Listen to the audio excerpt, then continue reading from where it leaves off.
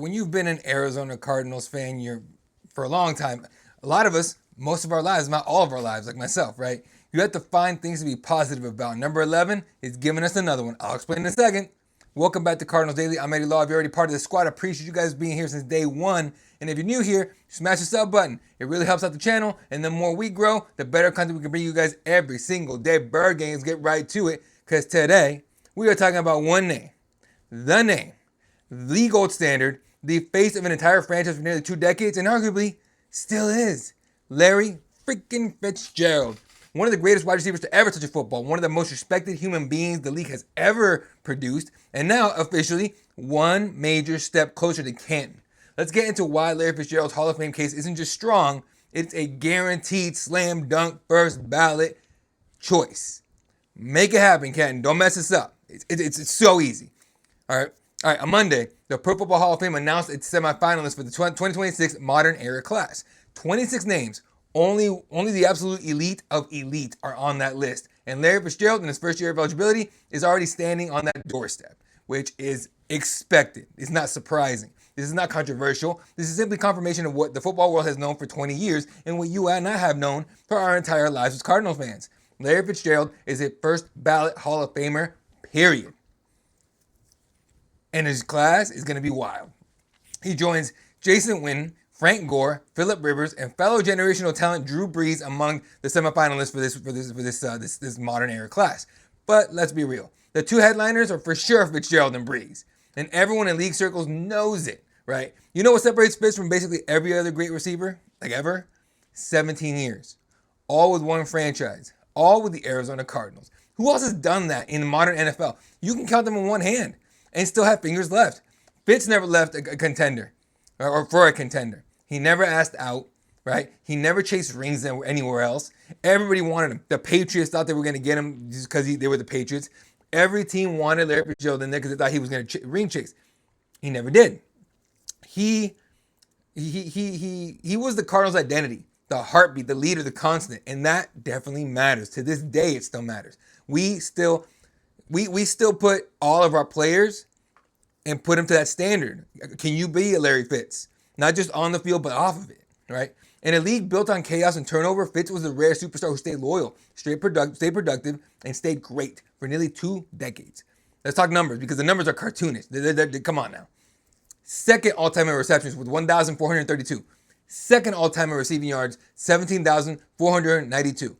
Who's number one on that list? One of the GOATs, if not the GOAT. All right. 9 1,000-yard seasons, 121 touchdowns, 906 first downs. That, ladies and gentlemen, is longevity, it's consistency, and it's dominance. He did all of this while playing with let's be real, more than a dozen different quarterbacks, right? If Larry played his entire career with an NFL or MVP level passer, he might be shouting distance of Jerry Rice, right? Then there's the postseason. And oh my goodness, do you guys remember that 08-09 playoff run with him? Still one of the greatest playoff performances in NFL history. 546 postseason receiving yards. I believe it's most ever, if not real close. I'm pretty sure it's most ever, but still. 7 touchdowns. Right up there, most ever possible, probably. And of course, that 64-yard dagger against Pittsburgh in the Super Bowl, a moment etched permanently into NFL lore.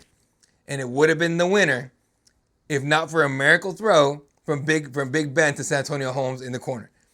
Fitz would have a ring. All right. He'd had an MVP trophy sitting next to his 11 Pro Bowl nods right now, too, because he would have deserved it. But it is what it is, folks. It just wasn't in the cards for us, unfortunately. I hate to say that, no pun intended. And here's the thing. Fitz isn't just a great football player. He's one of the greatest people to ever come through the NFL.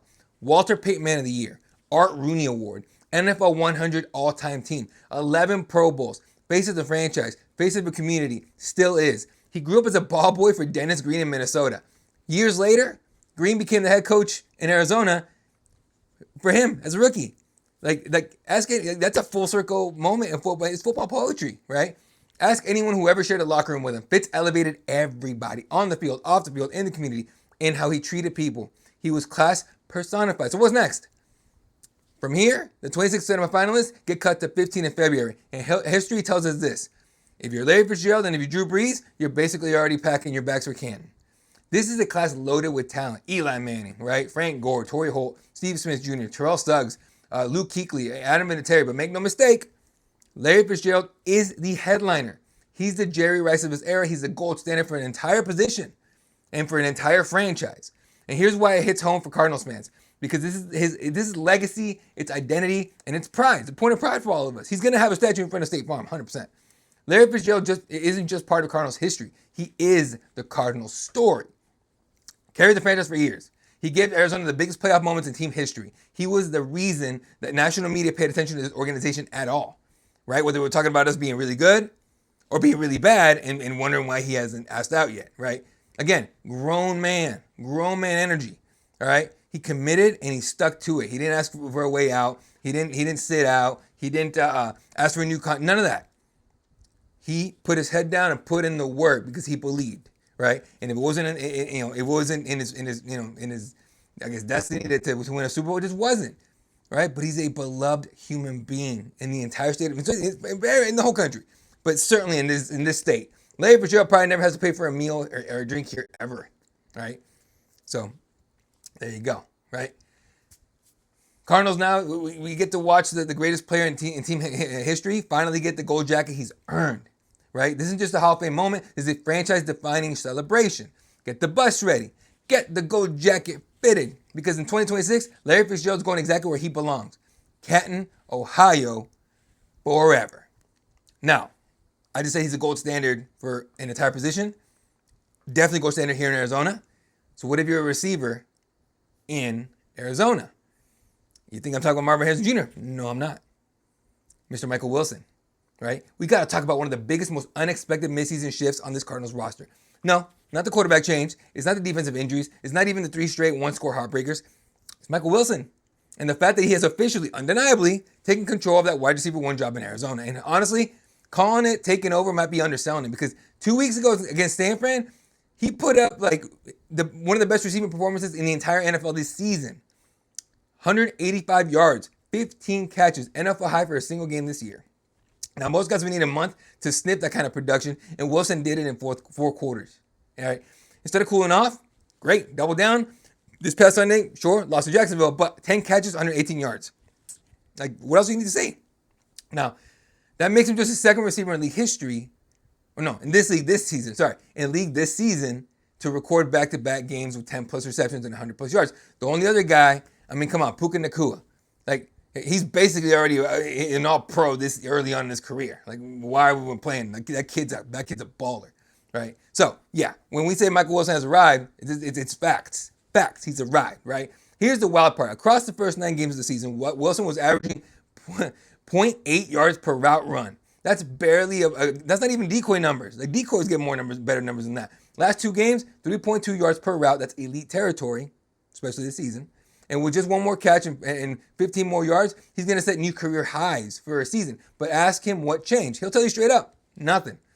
Here's what Wilson said on Monday, and this really gives you an insight into who he is. He said, quote, "I don't think I've surprised myself at all. My whole career, I've just waited for the opportunity to take on that role where I know I'm going to be getting the ball a lot. I live, breathe, and die football. I don't play when it comes to football. This is what I've dreamed about since I was a little kid," end quote.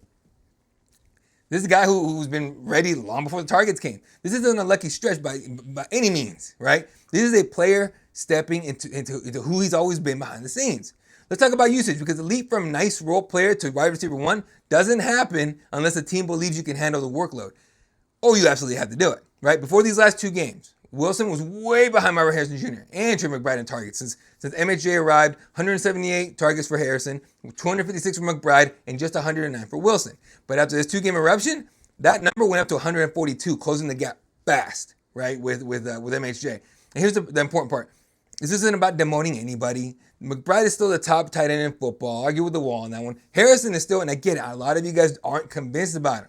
Trust me, I see the intangibles in here. I see the work he can do, the work he puts in. I see what he can do. To me, Harrison is still a generational talent. He's just learning the NFL game, right? Think about it. When you're Marvin Harrison's son, right, you're just expected to just have it.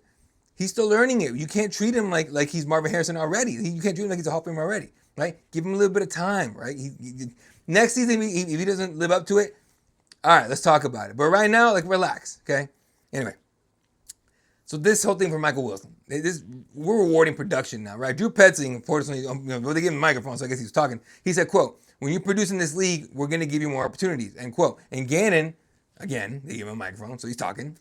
He kept it even simpler, right? He said, quote, throw it to the guys that are making plays for you, absolutely, end quote. That's a clear statement, about as clear as a statement as you'll ever hear from the staff, because they don't ever speak clearly about anything, right? This is bigger than just a hot stretch in weeks 11 and 12. And Michael Wilson, like, if he is legitimately developing to a top-level receiver, is he? That's the question, right? That changes what you do this offseason, right? Receiver depth still needs work. Zay Jones, Greg Dortch, Simi Fehoko, all free agents this year, I believe, after this year. But after spending a first-round pick, actually, no, might not be. Got to think about that. I got to remember. But still, regardless, they're not, 1, 2, or 3 right there. Dortch is closer to 3 than any of those guys. But spending a first-round pick or a huge chunk of free agency money on another wideout, like, might not be the emergency it looked like a month ago, right? Suddenly, you can justify pushing more resources towards an offensive line where we absolutely need investment and help. Like, Jesus, we need anybody you can get on the offensive line that can help. When you have McBride, MHJ, and a rising Michael Wilson, you don't need another superstar, right? You need protection so your quarterback can actually get them the ball. 100%, that's what we need on this offense. Wilson's emergence gives you a roster flexibility, roster clarity, and it'll be the first time we have it all year, which is wild that we're on week 12, and this is where, now we're barely getting any kind of hint of what this team is. He isn't on a hot streak, right? He's on schedule. This is a guy who has always had the size, the technique, the work ethic, and the mentality to be a top option in this league. Now, the only thing he didn't have was consistent volume. Now he's getting it, and the numbers aren't just good; they're rare, right? They're wide receiver level, so wide receiver 1 level. So if you're a Cardinals fan wondering where the bright spot is in the tough season, it's number 14, plain and simple. Running crisp routes, stacking DBs, earning every single target coming his way. So here we go. Comment down below. Is Michael Wilson a legit wide receiver 1 in your eyes? Because we're going to need him this weekend when we travel to the Buccaneers, because we're underdogs on the road, folks. Underdogs. All right. Week 13 preview real quick as Arizona hits the road for what might be the toughest stretch of this entire season. We're in the middle of it, but still. And look, after back-to-back home losses, the team is heading into Tampa Bay searching for answers, searching for identity, and honestly, searching for a win any way they can get one at this point. Kickoff from Raymond James Stadium is Sunday at 1 p.m. Eastern, 11 a.m. Arizona time. Let's talk about what this matchup really looks like from the Cardinals side. So we come into this one 3-8, losers of 3 straight, and 8 of our last 9. That is tough sledding for any team, especially when you're still trying to define who it wants to be. But what makes last week's loss sting even more? We became the first team in the NFL this century to lose a game with a +4 turnover differential. We forced 4 turnovers, gave the ball away 0 times, and still walked off the field on the wrong side of a 27-24 overtime result against Jacksonville. That's the kind of loss that tests everything. It'll test your resilience, your coaching, your leadership, and your confidence. But this team doesn't have time to slow because the schedule just gets harder from here. Okay. Now, Bucs are 6-5, lead the NFC South, but don't be fooled by the record. They're in their own spiral, 100%. Tampa has dropped 3 in a row, and they're coming off an ugly 34-7 blowout to the Rams. And the big storyline: Baker Mayfield's shoulder. Sprained his left shoulder in that game and didn't return for the second half. He's getting I think he got an MRI. His status is still unclear yet, but even with the injury, the Bucs are still favored, which is wild. With Teddy Bridgewater at quarterback. And, uncertainty at quarterback or not, Vegas trusts the roster behind Baker more than the one in Arizona right now. That's just the reality. But if you're the Cardinals, this is the exact type of matchup you want: an opponent that's wounded, frustrated, and on a losing streak of their own, who might not have their starting quarterback. From the Cardinals' perspective, look, this isn't about reinventing the wheel, right? It's about not beating ourselves again. When you win the turnover battle 4-0, you should have won the game, period. It should have been a blowout, really. What we need to do now is execution. Plain and simple, right? Small moments. Just win the little battles. Again, I've said it a million times. Greatness is little things, a lot of little things done right. Okay? We need better red zone poise. We need cleaner late game decision making. Gannon. We need to finish drives when momentum's in our favor. This team has competed. We've been in games. We played hard, but eventually you got to turn competitive losses into actual wins. Tampa Bay might be favored, but this is one of the more beatable 6-5 teams that we're going to see all year long. All right, for us, for these Cardinals, Week 13 isn't just about trying to snap a losing streak. It's about proving that we can close out games, proving we can capitalize on opportunities, and proving that we can handle adversity on the road. Because if we can't do it this week against a team that's also struggling, forget it. It's going to get ugly. Ugly. All right? 2 home games left. Ain't going to matter, folks. We're on the road plenty the rest of the way, and it's not going to be nice if we can't pull off this win, honestly. All right, so that's the landscape. Cardinals at Bucks, 2 teams searching, 2 teams trying to stop the bleeding, and one of them walking away with a spark they desperately need. Comment down below. What are you expecting from our Cardinals this Sunday? All right. I always talk about it, and I never do it. So here we go, folks. We got some comments today. Let's go ahead and get into it here, starting with, see if I can actually read it from the screen here. All right, Mark. I hope JG, including his DC and OC, are gone by the end of the season. However, from the buzz on the street, JG's blasé and somewhat arrogant demeanor, I think he unfortunately knows he's staying for another year at least. Like you, I don't like him as head coach, and you're ranking him as mid-level DC is right on. Michael Bidwell, you're a billionaire, so please eat his contract and find a competent offensive-minded head coach for next season. Couldn't agree more. Could not agree more with every single one of your points, especially the one that I think he knows he's coming back. I think he's been told, hey, don't worry about it. Don't worry about the whispers and nothing like that. We're going to keep you one more year. Which in my mind, you don't bring in a new quarterback for this guy. I wouldn't do it, right? Because he hasn't proven that he's going to turn a damn thing around. We've had plenty of chances this season to turn things around. We have one this weekend. Are you confident he's going to turn it around? Because I'm not, right? So if we're going to keep Gannon and the idiot offensive coordinator and Nick Rallis, who's up and down a little bit this season, you got to keep Kyler. Just ride with it. Roll the dice, right? Beef up the offensive line, fill up the other spots of need, and we'll hope that next year's draft, the 2027 draft it will be, I think, is worth a damn at quarterback. You got to hope for that. Or you got to hope you get lucky, right? And someone asks for some quarterback asks for a trade or something. I don't know. We need some help here, right? But from where I'm standing here, because I agree with you, I think he knows he's not going anywhere. And I think if you keep him and Monty and Rallis and Petzing, just keep Kyler. Keep Kyler. Why? Why throw a rookie or a new guy at this the three stooges here? Why would we do that? It'd be a waste, because then we fire those idiots and we bring in some other idiots and then we screw this kid up with a new offensive coordinator, new system, new this and that. Let's not do that. Let's not bother doing that. All right? What I don't want is to waste more and more and more time and everything. So we'll see. Hire Matt Stafford. I mean, we tried to get him, but he took a look at our offensive line and goes, screw that. I might as well stay in Detroit. Just saying. All right. Phoenix Shadow says, as long as Bidwell's owner and making cashes will always be the fans' reality. Nothing will change unless fans stop going to games, stop buying merch. 100%. Right? Remember, this team is all he has. He has nothing outside of this. I mean, other places, other billionaires have the guy that owns the Phoenix Suns here, Matt Ishbia, who's in trouble on his own. We do have a Suns channel. Highly recommend it. I'm sorry, I forget the fellow's name, but it is Suns Daily, I think it is, something like that. I can't remember. I don't know. I watch it all the time. I will get you guys the name next time for sure. But great show. Great show. The guy's super knowledgeable of the Phoenix Suns. However, Ishbia's in trouble right now, and that's beside the point. But I believe he owns PayPal, or he has invested in PayPal. So his money isn't tied into the Suns completely. Not like Michael Bidwell's is with the Cardinals, which is why we are where we are. If you guys know the history of the Cardinals, the Bidwell family likes to be cheap and make money. By whether they lose or win, doesn't matter. But what they don't want to do is spend money. That's how they always been, folks.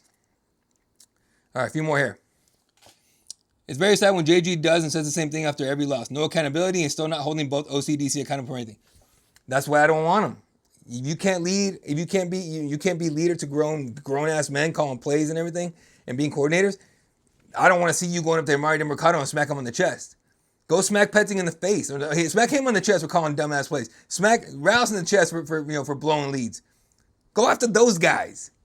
Not a third string running back. I'm never gonna let that go, by the way. That still to this day tells me everything I need to know about Jonathan Gannon. 100%. All right.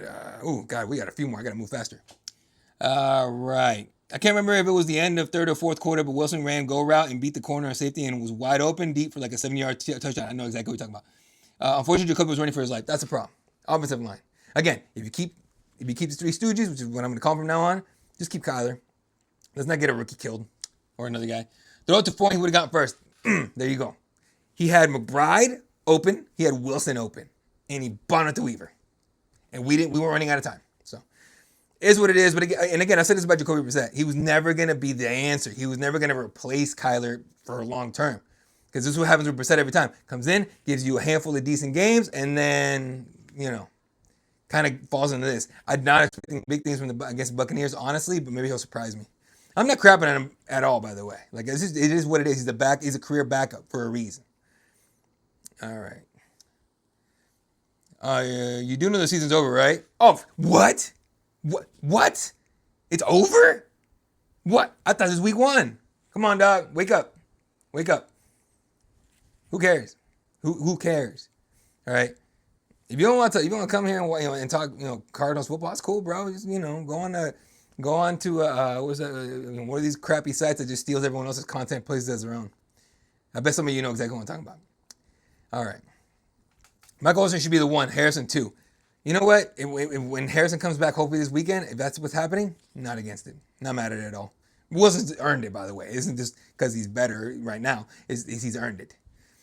And make sure he has a lot to prove to live up to your forecast. 100%. 100%. Do not doubt that whatsoever. I agree with that 100%. I just do believe he will be able to do it. I do. Definitely need some channels with positive energy. So sick of these whiny Cardinals channels when they complain and whine their way to 10K subs and mediocre sponsorship. Keep doing what you're doing, man. Really, really appreciate you. I'm a positive person by nature. I can't be negative. Do I get upset about things? Absolutely. Watch, some of the I have a bunch of episodes where I'm just pissed, right? Because I care that much about this team. But positive person by nature. So now that we're at this point, let's look ahead. Let's look at little positive, little wins here and there. You got to stack up micro victories to get a big one, hopefully. But I appreciate you, 100%. And I would love to have thousands more of you subscribing to the channel. I appreciate you, 100%. Great show today. I love the clips in the game. The fourth down pass showed just how bad a decision it was to go for it all. Horrible clock management and hustle. Cost per seconds. 100%. Yeah, I'm with you. And I appreciate you. I do try to shoot as much videos as I can, but I'm in the game and my head's in the game. So since I forget, I did a better job this time around. But next season, folks, that was my last home game this year. I got a couple family trips coming up here for the next 2 home games, unfortunately. So I'll be watching them on the road. But next season, you can 100% expect a video every home game that I make it to. So I appreciate you 100%. And yeah, it was just a bad throw. It was, Jacoby trying to make a play. Is what it is. The problem is he was double coverage, a guy that's not used to being able to beat double coverage in Xavier Weaver. As great as he was in Colorado, just wasn't there. And you have McBride and Wilson wide open. It's just, it is what it is. I'm sure Brissett would take it back if he could. My goal to see a game in Phoenix. I live in Canada, so it is a little bit of a trip for me. I've seen him play in Buffalo last year, so at least I have that. So you're like Toronto area. I have friends there. Yeah, dude, a lot of Canadians come down to the valley. There's a ton of them now. They call them snowbirds that don't want to live, especially the older folks from Canada. They don't want to stay in the snow, during the winter. They come down here where it's like, I think right now the high today was like 68. So, t-shirts and shorts, folks. It's dope down here. All right. And I think this might be the last one. I'm a season ticket holder and I'm on the visitor side too. Yeah. I recognize the side angle of your clips. I'm right below you. Oh, yeah, there you go. Yeah. I'm up in the 400s, up in the Ring of Honor. So, hey, if you see me, you recognize me, say hi. I'll take a picture with you. It'll have to be next season, but I'll say hi. Say hi. I'm 100% for the people. I've already run in a handful of y'all, and I appreciate you guys 100% subscribing and saying hi and everything. I enjoy making friends with fans, right? I just do. So, in fact, I have a couple friends that I've met through this already that I talk to all the time about everything, just anything. So it's dope. All right, folks. One more. Not sure 100% on a Thanksgiving show. I'm going to try to get you guys one for sure. But again, it's Thanksgiving. So how about in the comment section below? Put something that you're thankful for. It doesn't have to be football related or sports related. Or just anything you're thankful for, right? That has made your life better, right? And that you're happy about and you're grateful for and everything. Put it in the comment section. Let's add some more positivity in this thing, folks. I appreciate every single one of y'all, okay? That's going to do it for this episode of Cardinals Daily. I'm Eddie Law. Don't forget to hit that sub, hit the bell, hit the like, leave a comment. I will see you all on the next one. And I'm thankful for you guys. That's what I'm thankful for today. All right, appreciate you guys. As always, Bird Gang, keep it going. Go Cardinals. Hey, bear down Arizona. Let's go.